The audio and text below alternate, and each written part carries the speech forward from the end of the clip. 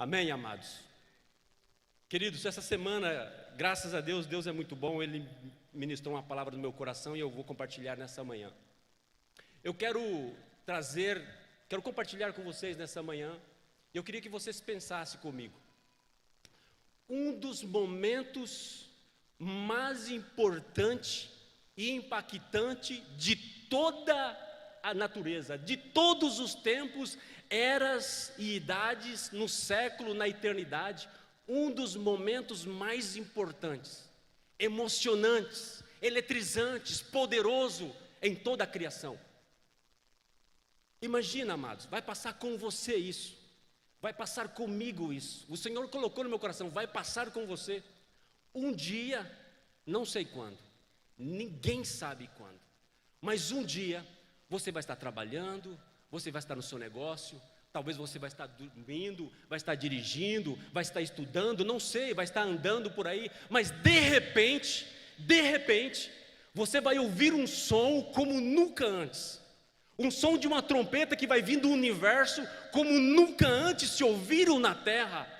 E todo o universo, todas as estrelas vão ouvir esse som. Você vai ouvir esse som, isso vai mexer com a sua alma, com a sua célula, com o seu coração. E de repente esse som tão alto vai vir uma luz no céu. Você vai olhar para o céu, vai ser muito rápido, mas você vai desfrutar de cada segundo desse momento. Você vai olhar para o céu e uma luz mais forte do que o sol. E atrás dessa luz, milhares e milhares e milhares de anjos. E no meio dessa luz, um como filho do homem, os seus cabelos brancos como a neve, o seu coração, a sua mente, olha que vai estar passando esse momento tão emocionante. Você vai ver tudo isso, você vai ouvir, você vai ver, todos vão ver. Os seus olhos é como fogo, o seu cabelo branco como a neve. Ele vem vestido de um linho fino, puro. Ele vem nos buscar.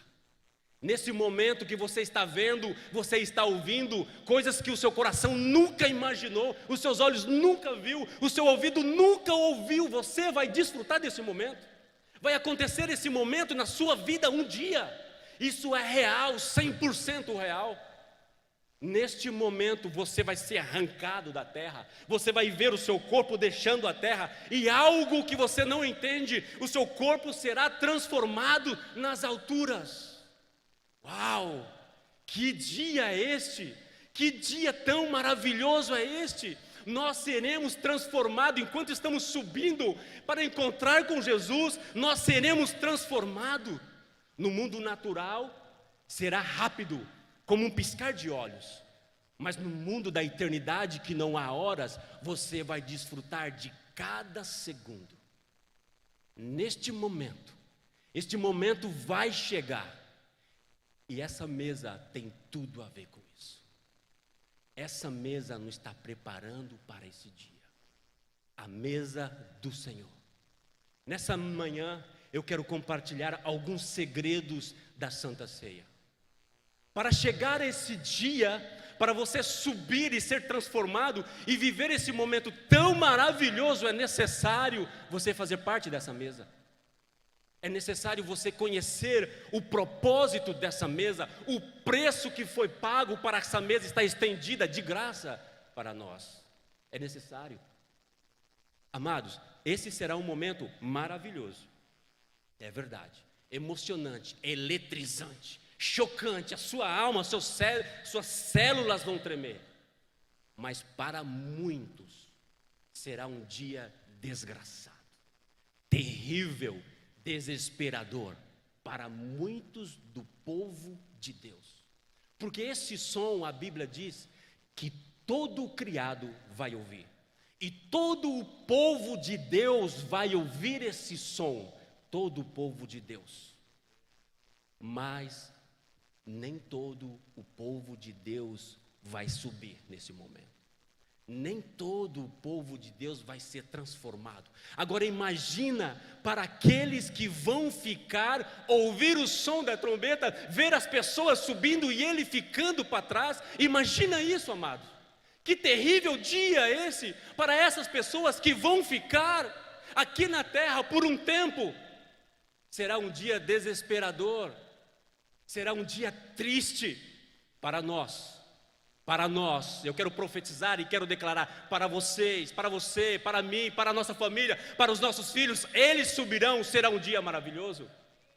Será um dia maravilhoso.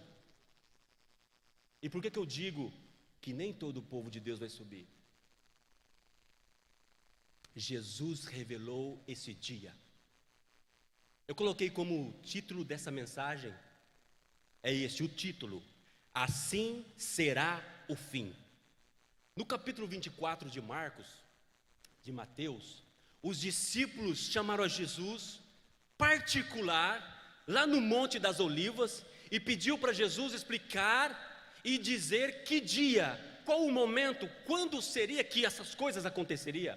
Jesus estava dizendo que ele ia regressar, que ele ia ao Pai, mas ele ia voltar. Então os discípulos estão curiosos e queriam perguntar: quando será, Senhor? Os discípulos chamam Jesus, é só você depois ler em casa o Mateus 24. Os discípulos chamam Jesus em particular e fazem essa pergunta: quando será? Quando será que sucederá essas coisas, a tua vinda? E Jesus então, no capítulo 24, ele começa a explicar os sinais do tempo, os sinais do fim. Como será o fim? Como será o fim? Quando será? Não. Quando será, ninguém sabe. Mas ele mostrou, revelou os sinais do fim. E você sabe, e todo crente sabe, e todo povo de Deus esparramado na face da terra sabe e sente na sua alma que nós estamos no fim. Se você ler Mateus 24, você vai ver, é o nosso tempo, é os nossos dias. E ali no Mateus 25, Jesus agora vai explicar como será. Por isso eu coloquei, assim será o fim. Como será o fim? Jesus não está interessado, mais importante de quando será, você precisa saber como será. Como será o fim? E na parábola das 10 virgens, Mateus 25, é o texto que nós vamos ler. Jesus explica e revela como será esse dia. E Jesus aí, ele disse de 10 virgens. Você conhece essa parábola? Todos conhecemos essa parábola. As 10 virgens, mas só 5 subiram, só 5 entraram e 5 ficaram. Mas todas eram virgens. Todas estavam esperando o esposo. Todas elas estavam no mesmo lugar. Todas elas tinham suas lâmpadas. Todas elas ouviram a voz, o arauto que dizia: o esposo vem, o esposo vem. Todas elas ouviram. Mas só 50% dela, só a metade dela entrou pela porta. A porta se fechou e as outras virgens que estavam esperando o esposo não puderam entrar. Uau, que tristeza! Aí foi choro e ranger de dentes. As virgens dessa parábola é o povo de Deus. Isaías profetizou isso. Isaías 62:5, o profeta profetizou: ó Senhor, assim como o jovem se casa com a virgem, assim os teus filhos se casarão contigo. Uau, que revelação do profeta Isaías. Mas Paulo tinha essa revelação estabelecida no coração. 2 Coríntios 11:2, Paulo vai dizer assim, para uma igreja, é um culto. Paulo está dizendo à igreja: ó queridos, meus amados, eu tenho zelo por vós, zelo de Deus por vós, porque eu tenho vos preparado como uma virgem para se apresentar ao seu marido, a dizer, Cristo. Paulo está dizendo, o meu labor, o meu trabalho, eu estou fazendo, eu estou preparando vocês para encontrar com o esposo, com o marido de vocês. Quem?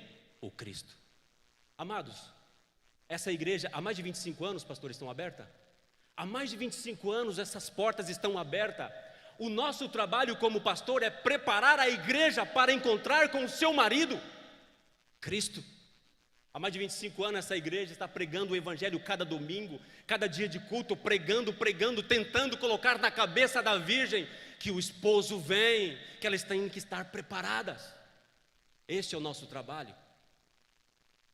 A Santa Ceia é a preparação para bodas do Cordeiro. O que nós estamos fazendo aqui nessa manhã, diante dessa ceia, o que nós vamos participar nessa manhã é uma figura do que vai acontecer na eternidade. É uma figura, é um símbolo. Nós nos vamos um dia sentar na mesa do Cordeiro, a bodas do Cordeiro. Isso vai se cumprir literalmente sobre o povo de Deus, sobre a igreja. A Bíblia, olha que interessante, olha como é profundo. A Bíblia, ela começa com o matrimônio. Gênesis 1, 27. E Deus criou o homem e a mulher, macho e fêmea, os criou. E deu um reino para eles reinarem. Começa com o matrimônio. 1, 27 de Gênesis. Será coincidência que Jesus começa o ministério dele em uma boda? Por que Jesus não começou o ministério dele pregando o evangelho, curando os enfermos? Ele começou numa boda. E nessa boda ele fez o seu primeiro milagre. O primeiro milagre de Jesus na terra foi numa boda. E olha como é interessante que a Bíblia termina com uma boda.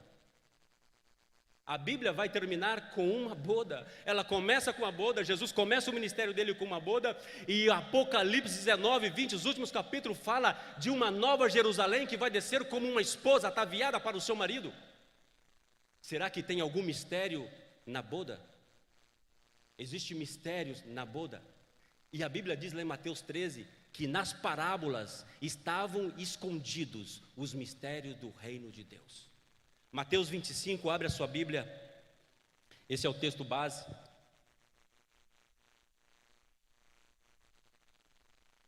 Vamos ler essa parábola, onde Jesus vai revelar mistério do reino.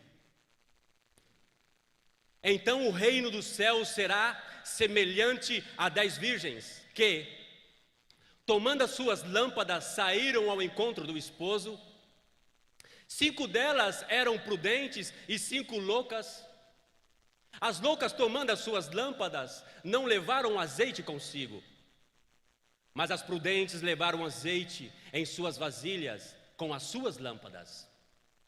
Ao tardar o esposo, tosquenejaram todas e adormeceram. Mas à meia-noite, um momento de escuridade, um momento de confusão, como estamos vivendo no nosso tempo, à meia-noite ouviu-se um clamor, aí vem o esposo, sai-lhe ao encontro.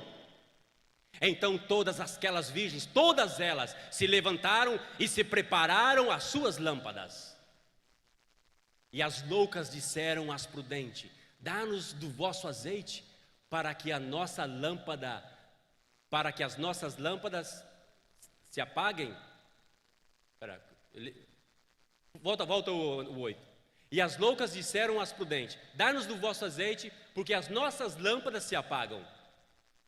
Mas as prudentes responderam, dizendo: não seja caso que nos falte a nós e a vós, e diante aos que vendem e comprai para vós.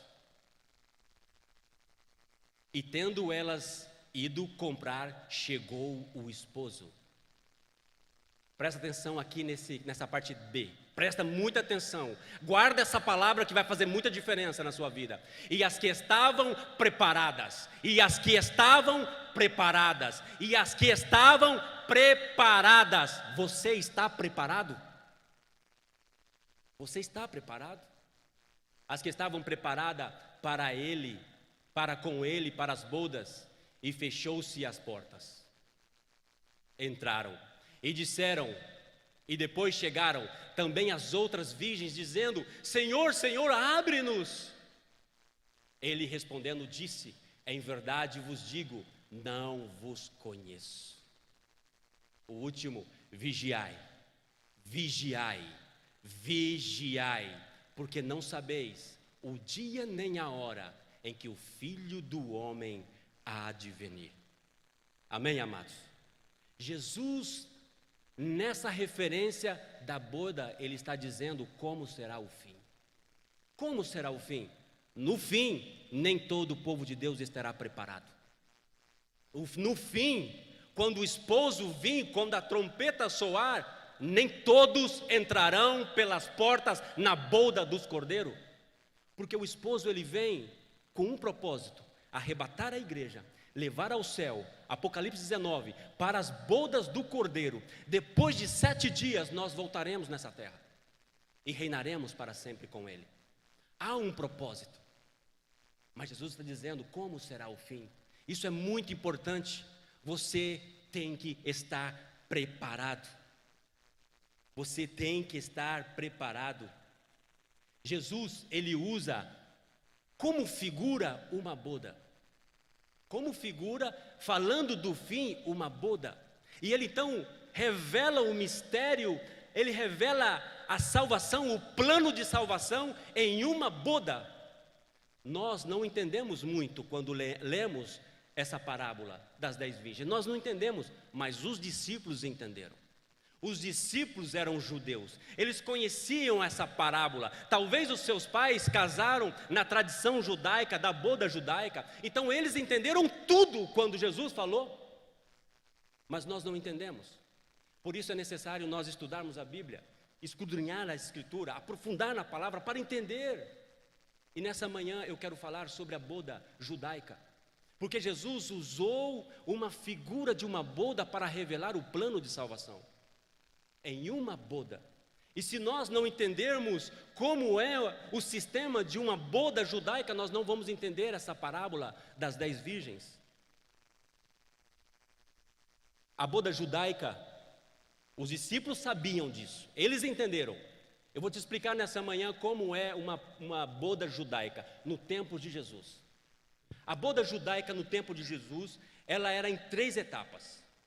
3 etapas. E você vai ver aqui, eu vou estar explicando, tudo tem a ver com o Evangelho. Tudo tem a ver. A primeira fase, são 3 fases. No nosso tempo, na nossa cultura, é diferente, não tem nada que ver uma boda dos judeus com as nossas. Não tem nada que ver, é totalmente diferente. São 3 fases para o homem se casar com uma jovem, com uma virgem. A primeira fase se chama Shidduchim. O que é Shidduchim? A escolha. A primeira fase de um casamento judaico é a fase da escolha. Quando o pai vê que o seu filho nasceu, já é adolescente, ele já começa a procurar uma futura esposa para o seu filho. É o pai que escolhe a futura esposa. Ainda quando ele é menino, ainda quando quem receber, recebe. Ainda quando o filho é menino, ainda quando o filho ainda é menino, o pai já começa a procurar uma esposa para ele. Não qualquer esposa, uma esposa que obedece à lei judaica, que conhece a Torá, que é uma família tradicional, que vai amar e respeitar e estar sujeita ao seu filho. Então o pai começa a fazer uma búsqueda sobre a terra, sobre os seus parentes, procurando uma futura esposa, ainda quando ele é muito jovem. É o pai que escolhe, o Abba, ele que escolhe a futura esposa.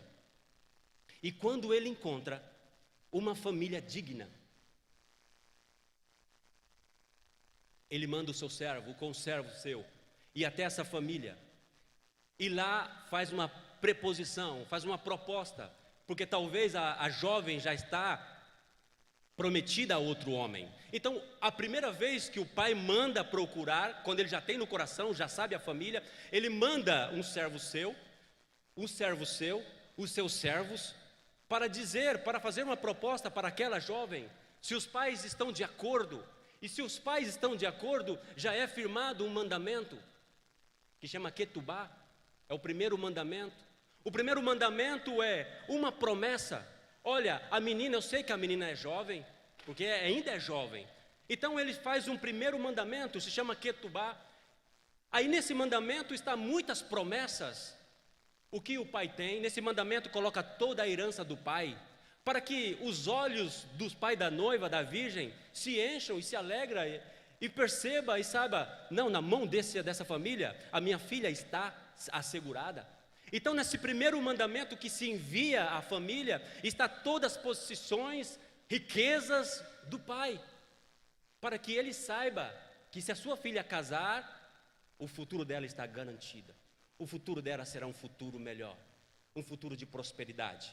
Então, A moça, se o pai a recebe, aceita esse compromisso, é uma promessa, é futuro, não é para agora, é o futuro. Então, se o pai aceita, já coloca um véu. Ele coloca um véu sobre a noiva, sobre a virgem, para que todos os jovens saibam que ela está comprometida, que ela já está prometida. Então ninguém mais podia ver, era um mistério. A jovem agora era um mistério para todos. A jovem agora era uma promessa para o futuro, um futuro esposo, que um dia ia chegar. Olha o que diz Efésios 1:4. Efésios 1:4. É o pai que escolhe antes, muito antes, a esposa. Olha o que diz Efésios 1:4. Porque Deus nos escolheu nele. Porque Deus nos escolheu nele antes da fundação do mundo. Amados, você foi escolhido antes da fundação do mundo, antes que os seus pais existissem, os seus avós se conhecessem, muito antes, Deus já tinha te escolhido para sentar na mesa do Cordeiro, como esposa do Senhor. Ele nos escolheu nele, quando? Antes da fundação do mundo. E já foi dado lá no passado, por isso que os antigos viram a promessa de longe e saludaram, porque as promessas não eram para eles, era para o futuro, era para a igreja, era para nós. Por isso que Jesus diz em João 16, não foi vós que me escolheram, não, eu vos escolhi a vós outros, eu vos escolhi, o meu Pai me deu vocês, e aqueles que o meu Pai me deu não serão abandonados, não será deixado para trás. A primeira revelação do matrimônio, de uma boda judaica é que o pai que escolhe lá no passado, e Jesus te escolheu lá no passado. Antes da fundação do mundo, nós já estávamos no coração de Deus. A segunda fase do casamento é a fase erusim. Erusim. O que significa isso? Pagar o dote. A jovem já teve a primeira menstruação, já está preparada para casar. Então agora o pai vai na casa, junto com o filho, na casa da jovem, na família, para fazer uma cena, um jantar, para que eles se conheçam. Agora o filho vai ver o rosto da donzela. Agora o véu, na noite de pagar o dote, quando o pai paga o dote, o véu é tirado da noiva, para que o filho veja a sua esposa. Isso é maravilhoso. E o dote se pagava com ouro e prata e joias.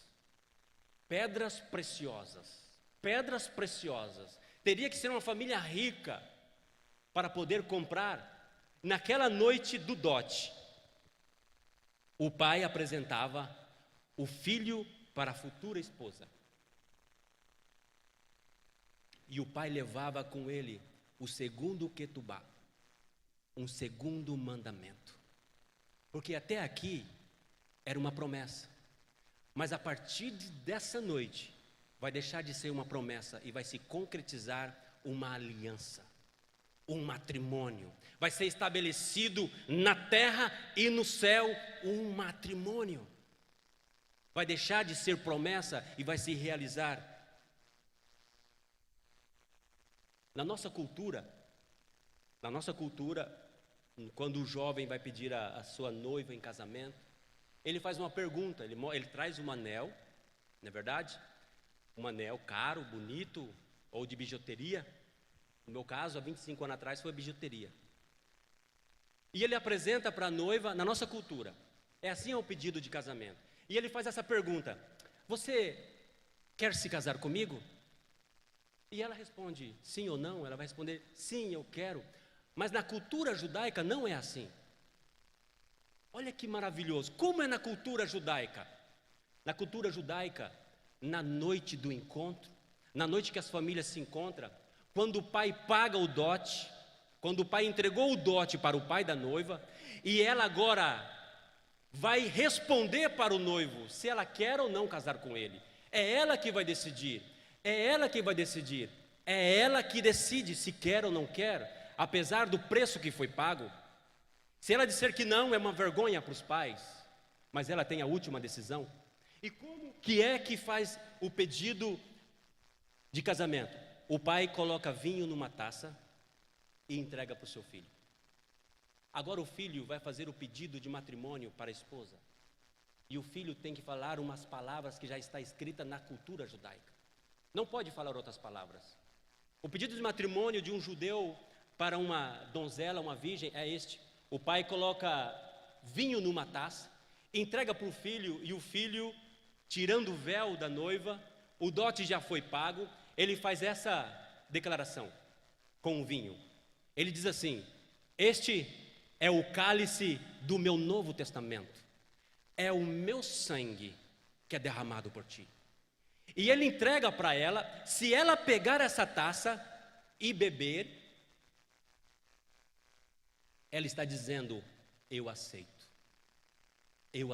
ser sua esposa para sempre. Nesse momento, esse ato se chama Kiddushin. Nesse momento, ela é a esposa dele.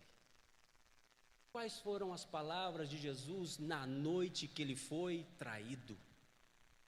Na última noite de Jesus na terra, ele não passou com a família dele, com os tios, com os irmãos, com os avós, não. Ele passou com a futura igreja, com aqueles que iam nascer a igreja. E o que ele fez nessa noite, depois de ter ceado? A Bíblia diz que ele pegou um cálice e disse: esse é o novo testamento do meu sangue, que é derramado por vós. Jesus pediu à igreja em casamento, na noite que ele foi traído. Aquele vinho representa o sangue de Jesus. O preço já foi pago. O preço já foi pago.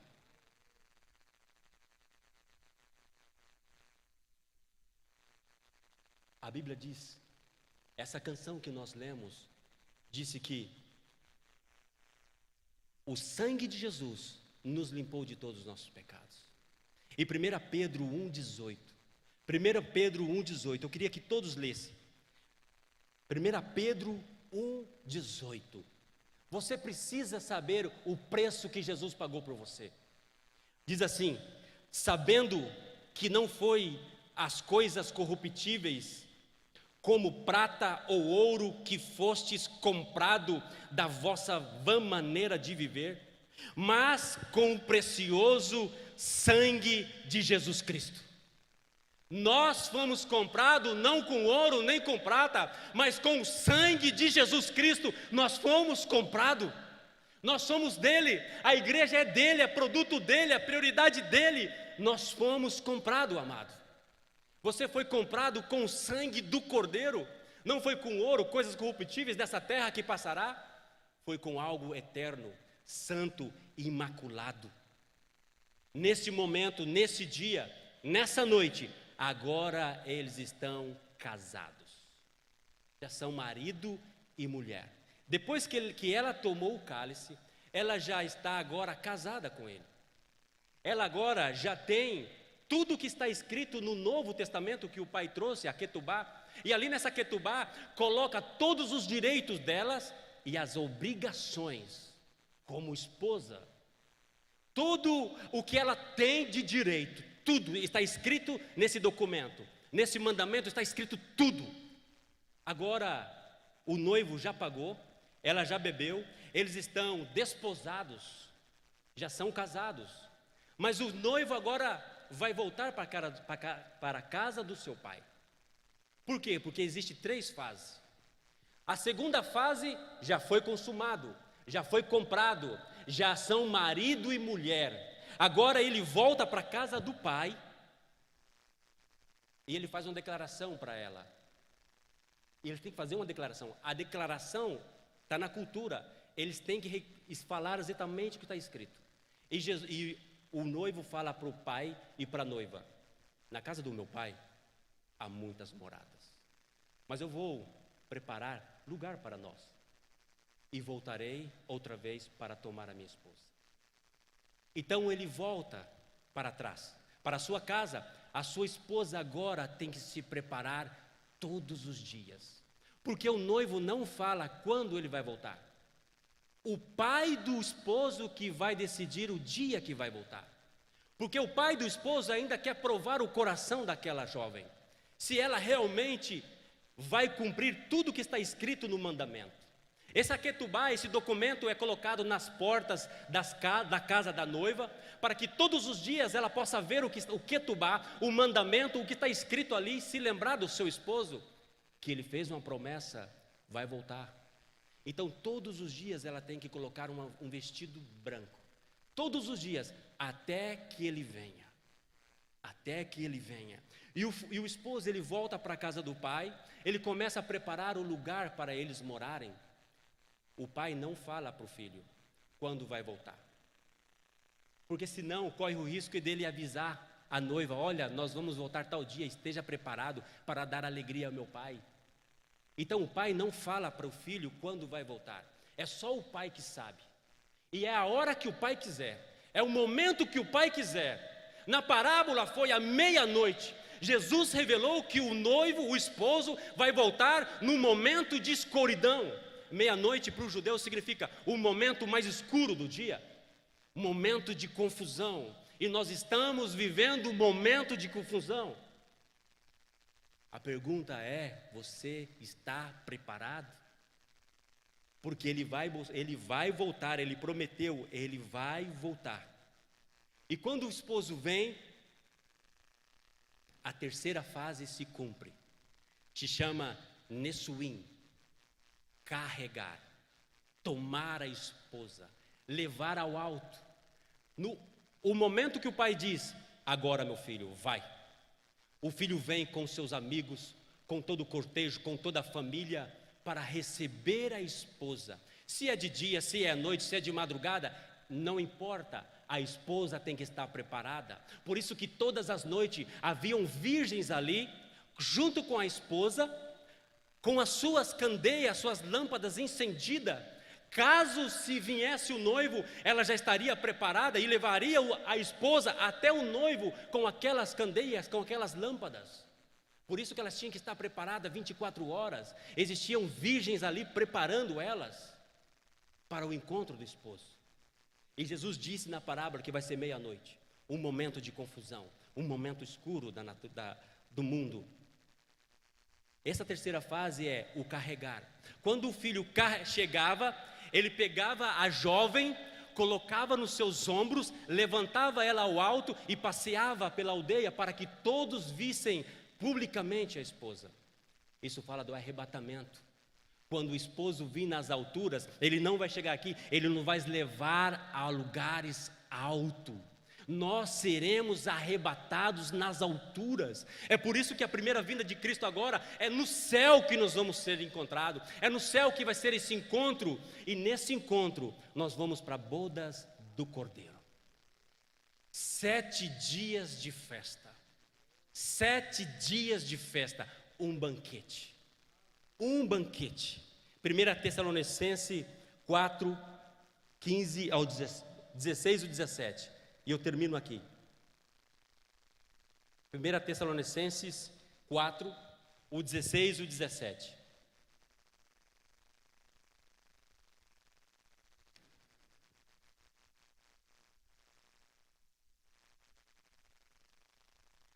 Diz assim: porque o mesmo Senhor descerá do céu com alarido, e com voz de arcanjo, e com trompeta de Deus, e os que morreram em Cristo ressuscitarão primeiro. Depois nós, os que ficamos vivos, seremos arrebatados juntamente com Ele nas nuvens, ao encontro do Senhor nos ares. Assim estaremos para sempre com o Senhor. Jesus vai voltar a qualquer momento e vai levar a sua igreja às bodas do Cordeiro, amado. É isso que representa, você tem que lembrar disso todas as vezes que sentar, que tomar esse vinho e comer esse pão, você tem que lembrar. O preço já foi pagado, é preço de sangue. Mas lá no versículo 10 de Mateus 25 está dizendo: as que estavam preparadas. Eram as que estavam preparadas. Mas e as outras virgens, pastor? Elas também não se contaminaram? elas também estavam no mesmo lugar, elas também estavam esperando o mesmo, mas elas não tinham azeite, elas não tinham consigo azeite suficiente. Uma das lições que eu aprendo desse versículo é que Jesus, Ele classificou o seu povo em 2 grupos. No final será assim, 2 grupos: os insensatos e os prudentes, os sábios e os nécios. E o que vai diferenciar esses 2 grupos é o azeite, é o Espírito Santo. É o Espírito Santo. E eu quero deixar essa pergunta no teu coração: você está preparado? Você está preparado? Porque a qualquer momento, esse momento tão emocionante, tão eletrizante, que as trombetas vão tocar, Jesus no céu nos vai transformar o nosso corpo. A qualquer momento Ele virá por nós. A Santa Ceia, ela nos revela, igual na bodas do Cordeiro, na bodas das virgens, ela revela que Jesus voltará pela sua igreja. Jesus pagou o preço, Ele nos escolheu, Ele pagou o preço e Ele vai voltar a qualquer momento. Amém.